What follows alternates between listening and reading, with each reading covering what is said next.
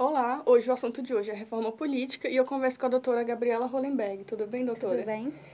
Eu gostaria que a senhora falasse primeiramente sobre a posição da OAB na reforma política. A gente sabe que a OAB é a favor do plebiscito e por que vocês escolheram essa Bem, reforma?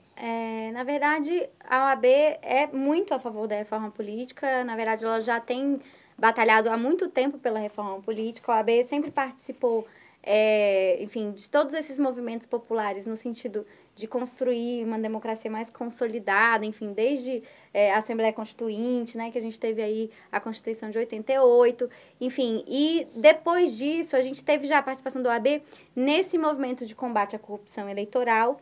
E aí a OAB participando desse movimento, participou da primeira lei de iniciativa popular, que foi a Lei 9.840, que é a lei que previu a tipificação da compra de voto. Depois desse movimento, veio então o movimento pela Lei da Ficha Limpa, que também teve todo o apoio da OAB. E aí, enfim, a OAB está sempre trabalhando para que a democracia do Brasil seja aperfeiçoada. Por isso é um trabalho assim, contínuo, né, que nunca vai terminar.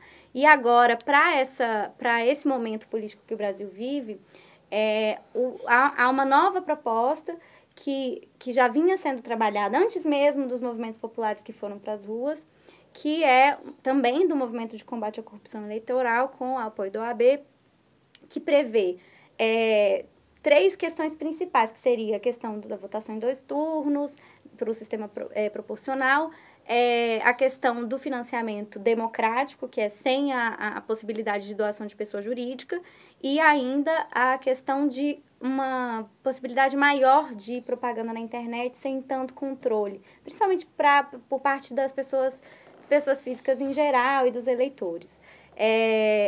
Então, a OAB já vinha caminhando, antes mesmo dos movimentos, nesse sentido. Quando surgiu os movimentos, a OAB verificando que havia aí um anseio da população por participar mais ativamente do processo, aí ela passou a defender também o plebiscito, e é por isso que a OAB é favorável ao plebiscito. E o que a OAB está fazendo para fortalecer essa ideia do plebiscito? Bem, em relação ao plebiscito, a gente não temos tomado medidas efetivas, até porque, na verdade, isso é uma decisão muito mais política mesmo. Tanto que partiu do governo federal a proposta. Enfim, na verdade, o governo federal chegou a propor antes a Assembleia Constituinte, e aí até foi uma iniciativa importante por parte do nosso presidente do Conselho Federal, Marcos Vinícius, que esteve com a presidente da República, e naquele momento, para poder apresentar que não era a melhor solução, né? Porque a Assembleia Constituinte, ela dizer que uma Assembleia Constituinte é limitada, isso é um contrassenso, que a Assembleia Constituinte, na verdade, ela, em geral, ela tem o poder de rever a Constituição.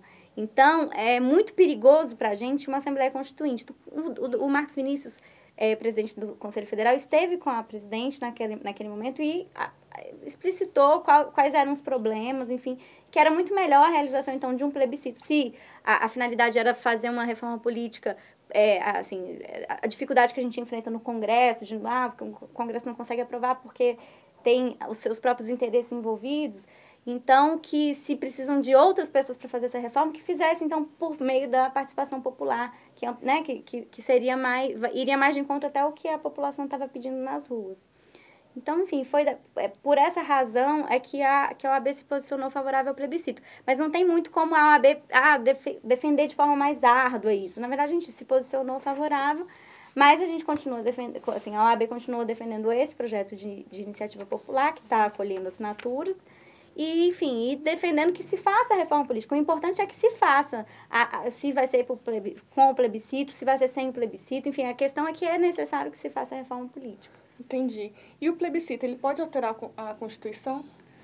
O plebiscito, na concepção minha, e que acredito que é a da OAB, não tem como alterar a Constituição.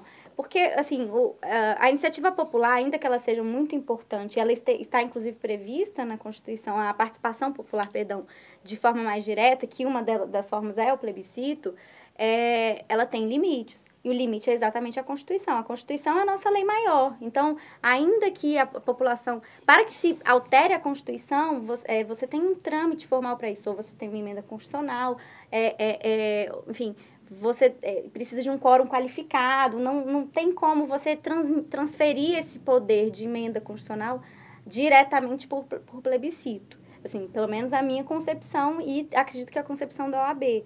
Na verdade, aí teria que ser pelo Congresso Nacional mesmo. O que dá, assim, o plebiscito... Porque, na verdade, o plebiscito, ele dá um direcionamento. Ainda tem toda uma discussão se o plebiscito vincula ou não o Congresso Nacional, né? O doutor Paulo Bonavides até deu um parecer para o Conselho Federal no sentido de que vincula sim. Até porque não faz muito sentido você consultar a população para não ter nenhum efeito prático nisso. O que daria assim, um norte para o Congresso Nacional fazer alguma alteração na Constituição. Mas o Congresso ficar obrigado a alterar a Constituição nos moldes propostos, aí eu teria reservas em relação a isso. Doutora Gabriela, por que a OAB defende a eleição em 2 turnos, sendo o primeiro para votar no partido e o segundo para votar no candidato? É uma eleição, no caso, a eleição para deputado, que já é do sistema proporcional, né? Eleição de deputado, vereador, seria no sentido de você separar os 2 momentos. Hoje a gente já vota, porque muitas pessoas não têm essa consciência, mas quando você escolhe um candidato, você já está escolhendo primeiro o partido e depois o candidato. Mas como isso não é uma coisa... O nosso sistema hoje, ele acaba mascarando isso, até por conta do cálculo do quociente, que é uma questão que é um pouco mais complexa para que a população entenda. Então, para você desmembrar esses 2 momentos e forçar o cidadão a verificar que existe o partido político antes e que o partido político é importante, que é necessário que ele verifique as propostas do partido político e não só as propostas do candidato, é que veio essa proposta do Movimento de Combate à Corrupção, para que você tenha num primeiro momento que escolher o partido, e aí você veria as propostas dos partidos, até numa tentativa de recuperar a ideologia partidária e uma diferenciação entre os partidos, e para que no segundo momento, quando já definido o número de vagas para que aquele partido vai ter, porque assim, por exemplo, o partido conseguiu 5 vagas, porque quando você faz a votação nos partidos, você já faz a divisão das vagas entre os partidos. Quando você vai para o segundo turno, já é para escolher quais candidatos vão ocupar aquelas vagas. Então, se aquele partido obteve, por exemplo, 5 vagas, no segundo turno, o eleitor vai poder escolher 10 candidatos daquele partido para dizer quais 5 que vão ocupar, quais são os 5 primeiros que vão, então, ocupar aquelas vagas. Então, seria no sentido de tentar dar um pouco mais de trazer um pouco mais de fortalecimento para os partidos políticos, no sentido de que o eleitor vai ter que buscar saber quais são os partidos que existem, quais são as propostas dos partidos, antes de pensar no candidato, tentar despersonalizar um pouco, porque hoje o nosso sistema é muito personalista, né? Todo mundo vota no candidato e não lembra que tem partido político. Verdade. Mais uma coisa, doutora.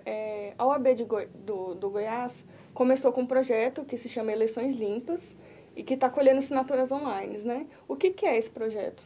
Na verdade, eu acredito que colhendo assinaturas já para esse projeto de iniciativa popular. Porque o Conselho Federal, ele encampou esse projeto do Movimento de Combate à Corrupção, e aí já começou orientou, pelo menos, as seccionais a começar a colher assinaturas para esse projeto de iniciativa popular. Que aí tem que ter 1.600.000 assinaturas para que ele possa ser apresentado no Congresso. Então, o processo agora é de colher essas assinaturas. Entendi. Eu gostaria de agradecer a sua presença aqui no Painel Brasil. Obrigada pelo convite. E eu acho que ficou bem claro para os nossos internautas. E a gente fica por aqui. Até a próxima.